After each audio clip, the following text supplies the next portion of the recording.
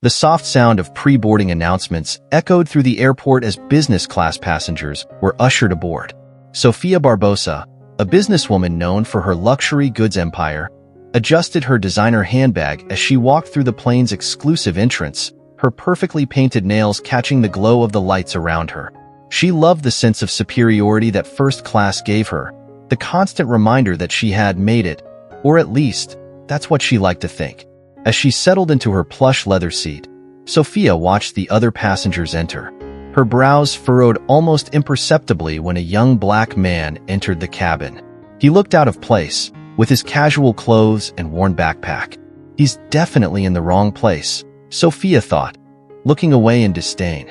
Marcus Costa, the young man in question, walked calmly to his seat, which happened to be next to Sofia.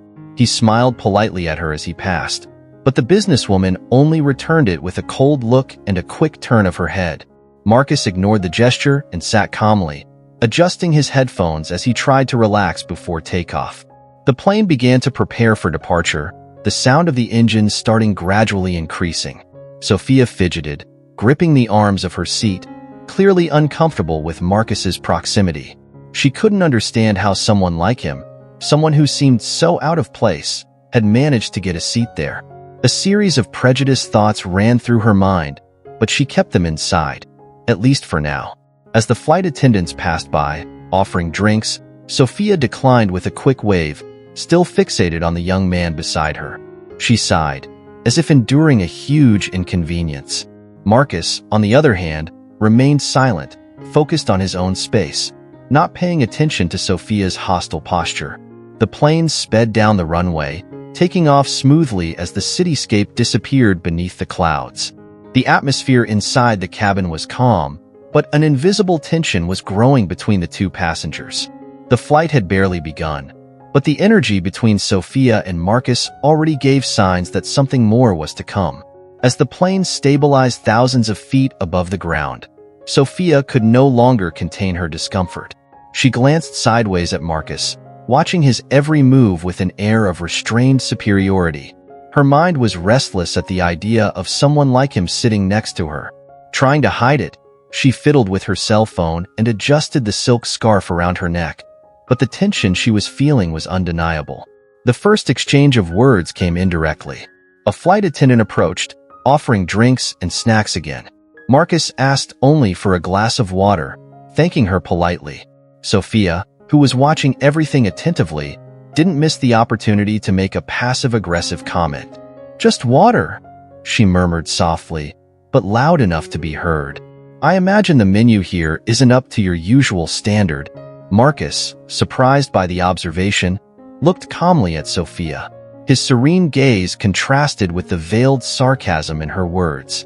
"I'm fine with water, thank you," he replied, without losing his polite tone.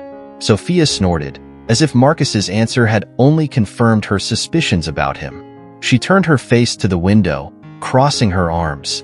Her silence, however, was short-lived.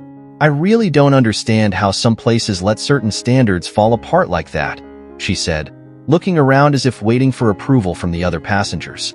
"I mean, there are spaces that should be, well, more exclusive." The insinuation was clear. She wasn't speaking directly to Marcus, but he knew the comment was meant for him. The young man took a deep breath, still maintaining his calm. "I believe that what matters is the experience of the flight, not who is on board," Marcus replied, keeping his gaze fixed ahead, without falling for the provocations. But calm tone began to irritate Sofia. She expected him to react, to do something to justify what she already believed about him. But instead, he remained unfazed. This made her increasingly uneasy. "Of course," Sofia said, forcing a smile. "But some people just don't know how to behave in certain places. You know, certain social classes are different." This time, Marcus looked her straight in the eye, still maintaining his composure.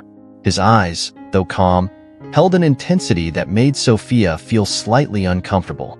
He seemed to see beyond her words, as if he understood exactly where her ideas were coming from but chose not to react. "Respect is something that doesn't depend on social class," Marcus said, simply, but with a weight that Sofia didn't expect. The silence that followed was heavy. Other passengers nearby, who had previously pretended not to hear the conversation, now paid more attention, but no one spoke. The flight continued, but the tension between the two had increased even more. Sophia felt the impact of Marcus's words, but instead of reflecting, she felt challenged. That brief exchange would not be the end. The tension that had built seemed to grow by the minute. Sophia, still agitated by the previous exchange, couldn't control herself. Marcus's calm and confidence bothered her deeply. Something inside her stirred, as if the simple fact that he didn't react as she expected was an affront.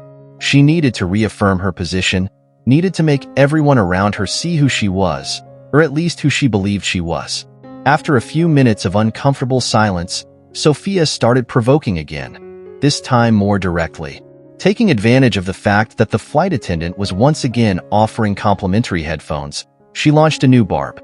"I think you should take advantage of these headphones, my dear," she said, smiling with false kindness. "Maybe with a good movie you can distract yourself and avoid, discomfort with things you're not used to. This environment can be a little intimidating, don't you think?" Marcus, who had remained patient up until that point, looked directly at her, this time with a slight glint of tiredness in his eyes. But before he could respond, Sophia raised her voice, attracting the attention of the nearby passengers. "Look, I understand that for some, being in an environment like this is a rare opportunity," she said, gesturing dramatically, "but there are certain standards that need to be maintained. It's not just about being here, it's about belonging." The words came out sharp and loud enough for more people around to hear. Marcus took a deep breath, keeping calm, but the looks from the other passengers began to weigh heavily. He felt that, little by little, the situation was getting out of control. The environment was beginning to transform into an invisible court where Sophia seemed determined to expose him, to humiliate him. "What are you insinuating, ma'am?" Marcus asked, keeping his voice low and firm, but with a hint of frustration. The calm was beginning to give way. "Me? Insinuating something?" Sophia feigned surprise, placing her hand on her chest. "I'm just saying that some people should know their place. We're not all here by accident, you know that. Some of us work hard to earn certain privileges." That was the last straw. "I think you're wrong," Marcus said, finally raising his voice a little more, but without losing control. "What you see doesn't always define who a person is or what they've achieved. You don't know who I am, and you don't know me well enough to talk about privileges or places. But since you insist..." Before he could continue, Sophia abruptly interrupted him. "Oh, please don't tell me you're one of those people who believes everything is about social injustice or discrimination," she scoffed, laughing contemptuously. "I've heard that line before. It's simple. Some people just don't belong in certain spaces." The sentence echoed through the cabin, leaving an awkward silence. Some passengers murmured softly, others pretended not to pay attention. Marcus's gaze was fixed on her, but he knew that any extreme reaction would be useless at that moment. But Sophia was about to discover that her assumptions about Marcus were about to collide with reality in a painful way. The silence that filled the cabin after the public humiliation was intense. Sophia, satisfied with what seemed to be a personal victory, relaxed in her seat, crossing her legs with a discreet smile. She was convinced that she had put Marcus in his place. However, as she looked out the window, something began to change. The passengers around him, who had previously tried to avoid getting involved, were now exchanging uncomfortable glances. Marcus, with a serene face, took a deep breath, trying to remain calm. He knew that the truth had its moment, and that moment was about to arrive. A few minutes passed before one of the flight attendants, who had been watching the scene from a distance, approached. He looked directly at Marcus, with a mixture of respect and caution. "Mr. Costa, is everything okay here?" the commissioner asked in a gentle but firm tone. Sophia, who until then believed that the situation was under control, immediately turned around, intrigued by the way the commissioner had addressed Marcus. Something was strange. How did he know his name? And why that expression of respect? "Yes, thank you," Marcus replied calmly, without taking his eyes off Sophia. The commissioner nodded and walked away, but not before giving Sophia one last look, a look she couldn't decipher. The feeling that something was out of her control began to grow inside her, but Sophia tried to ignore it, keeping her arrogant expression. It was at that moment that Marcus decided to break the silence. He slowly turned to Sophia, with an expression that mixed tiredness and tranquility. "You mentioned knowing people's place," he began, his voice controlled. "I think now is a good time to clarify something." Sophia looked at him, still with an air of superiority, but there was a slight discomfort in her gaze, a small hesitation. She hadn't expected Marcus to want to continue the conversation. "My name is Marcus Costa," he said slowly. "I'm an FBI agent. I'm returning from a classified mission, which is why I'm dressed like this. Not that I owe you any explanation, but perhaps this will help clear up any questions you may have." The air around her seemed to have been suddenly sucked out of her. Sophia stood still. Her hands were shaking slightly, but she tried to maintain her composure. Her eyes were fixed on Marcus in disbelief. She felt the ground disappear beneath her feet, the world spinning around her, as if everything she believed about him was crumbling in a matter of seconds. "FBI?" Sophia murmured, her voice almost cracking. The weight of the word seemed to echo in her mind. She blinked, trying to process what she had just heard. "Yes," he confirmed, with unperturbed serenity. "Special agent. And believe me, I'm quite used to flying first class, although my job doesn't depend on it. My presence here is no accident, just like yours. The difference is that I didn't have to humiliate anyone to justify my place." The murmurs among the passengers grew louder. Sophia could feel the eyes on her. The humiliation she had inflicted on Marcus was now coming back to her like a crushing wave of reality. Everything she had done to show off, her attempt to prove her superior place, now seemed pathetic and empty. Marcus, on the other hand, remained calm. He didn't need any more words. The silence that followed was enough for Sophia to understand the impact of her actions.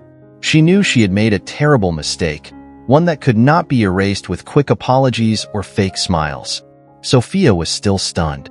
Marcus's words echoed in her mind like an endless loop. She tried to process the fact that the man she had just humiliated was actually an FBI agent, someone with authority, someone whose presence here was far beyond her prejudiced assumptions. Discomfort washed over her like a suffocating wave, but her pride kept her from backing away completely. She shifted in her seat, trying to regain her composure, though her body betrayed her growing nervousness. The passengers nearby had heard the revelation, and the feeling of being judged by those she had previously sought to impress began to overwhelm her. Sophia could feel the eyes on her, but she didn't have the courage to look up. For the first time on the flight, she wanted to be invisible. Meanwhile, Marcus, calm as ever, had returned to looking forward, ignoring the discomfort around him. He was not looking for revenge, nor did he want to delve deeper into the humiliation that Sophia had brought upon herself. His silence and posture indicated that the case was closed, at least for him. But the weight of Sophia's actions continued to grow. Every second of silence seemed to amplify the mistake she had made. Trying to save what was left of her dignity, she finally broke the silence, her voice shaking slightly. I didn't know," he murmured, avoiding Marcus's direct gaze. Marcus, who had remained silent all this time, finally turned to her again. His eyes met Sophia's, and there was something unexpected in his expression. Not anger, but a deep understanding, perhaps even compassion. "I know you didn't know," he said, his voice firm but calm. "And that's exactly the problem." The words hit Sophia hard. She had tried to justify her behavior with the excuse of ignorance, but Marcus's response completely disarmed her. He wasn't just talking about her not knowing who he was professionally. He was talking about something much deeper, about how people often act based on prejudices and assumptions without caring to get to know the other person. Sophia bit her lip, struggling to find a response. She wanted to say something that would save what was left of her image, but Marcus's words held her hostage to her own shame. "We all make mistakes, Sophia," he continued, softening his tone. "What defines who we are is how we choose to act after we recognize them." The depth of what Marcus had said hung in the air. There was no irony, no sarcasm in his words, just a simple truth that Sophia couldn't deny. She had been confronted with the weight of her prejudice, and how she responded to it would define more about who she really was than any sarcastic comment could hide. Sophia, feeling the impact of those words, swallowed hard. For the first time, the pride she had always displayed so confidently seemed empty. The hardness of her expression began to melt, giving way to something more vulnerable, almost sad. She knew that deep down, there was no escaping the mistake she had made. But the apology that might have been forming on her lips never came out. Before she could say anything else, the captain of the flight announced over the public address system that the plane would soon begin its descent for landing. The end of the flight was near, and with it, Sophia felt that this journey was something more than physical. It was emotional and personal, a forced descent into her own consciousness. Marcus's gaze returned to the front, giving her the space she needed to process. He didn't need any more words, nor did he expect an apology. The truth had already been exposed, and that, to him, was enough. Sophia, for her part, remained silent. Pride had been replaced by something she still didn't fully understand, but that would accompany her long beyond that flight. The plane began to descend slowly, and the sound of the engines changed in pitch. Sophia felt her heart race. It was as if the atmospheric pressure inside her was about to explode. With each passing second, she thought about how different her life could have been if she had just acted differently. If she had looked at Marcus as an equal, instead of as someone she could humiliate. Images of her own arrogance haunted her. The landing was smooth, but Sophia barely noticed. As soon as the plane touched down, a wave of relief ran through the cabin. The plane headed toward the arrival's door, and as everyone prepared to exit, she remained motionless, lost in thought. What Marcus had said was echoing in her mind. What defines who we are is how we choose to act after acknowledging our mistakes. The passengers began to stand up, grabbing their luggage. Sophia hesitated, feeling paralyzed by shame. She watched Marcus, who calmly stood up, picking up his backpack and slinging it over his shoulders. He didn't look back, but Sophia could see from his posture that he was a man who wasn't easily shaken. She felt an urge to apologize, but the words stuck in her throat. "Agent Costa," she finally called, her voice a little shaky. Marcus stopped and turned around. The expression on his face was neutral, but there was a glint of anticipation in his eyes. He was waiting. Sophia took a deep breath. She needed to express herself. She needed to get that weight off her heart, even if it was already too late. I'm sorry," she began, the words coming out with difficulty. "I'm sorry for what I did. I shouldn't have treated you that way.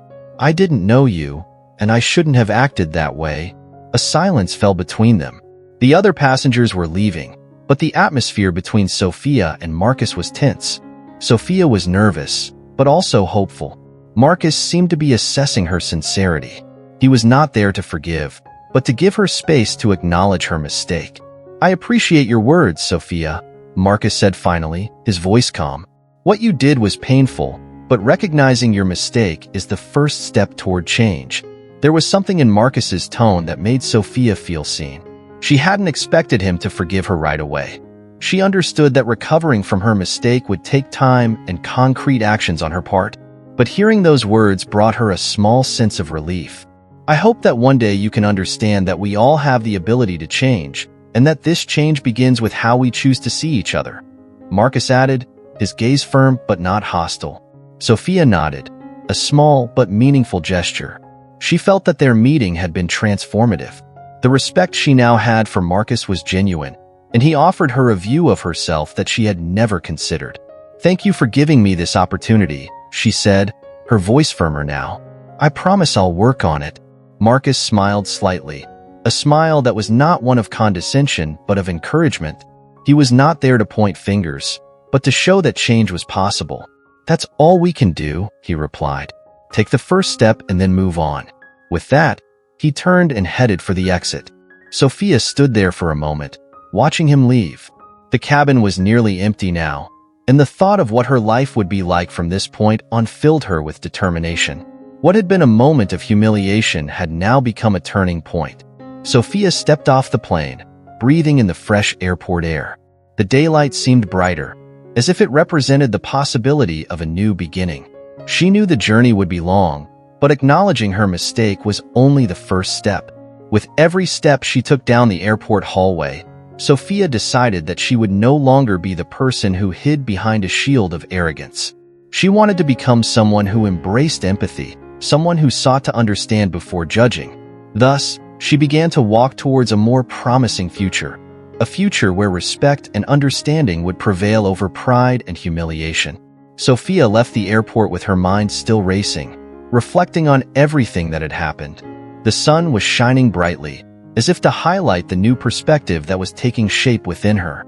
The car in the parking lot felt like a safe haven, a space where she could let her emotions flow without fear of external judgment. As soon as she got into the vehicle, she sat for a moment in silence, allowing herself to feel the weight of what she had just experienced. She picked up her phone, hesitated, and finally decided not to call anyone. She wasn't ready to share her story, especially since she was still processing her own emotions.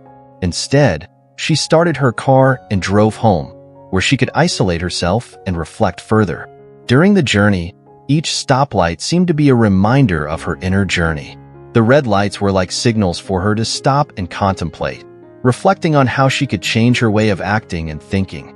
As soon as she arrived home, anxiety and anticipation mixed in her heart. She knew she needed to change, but how? An idea began to germinate in her mind.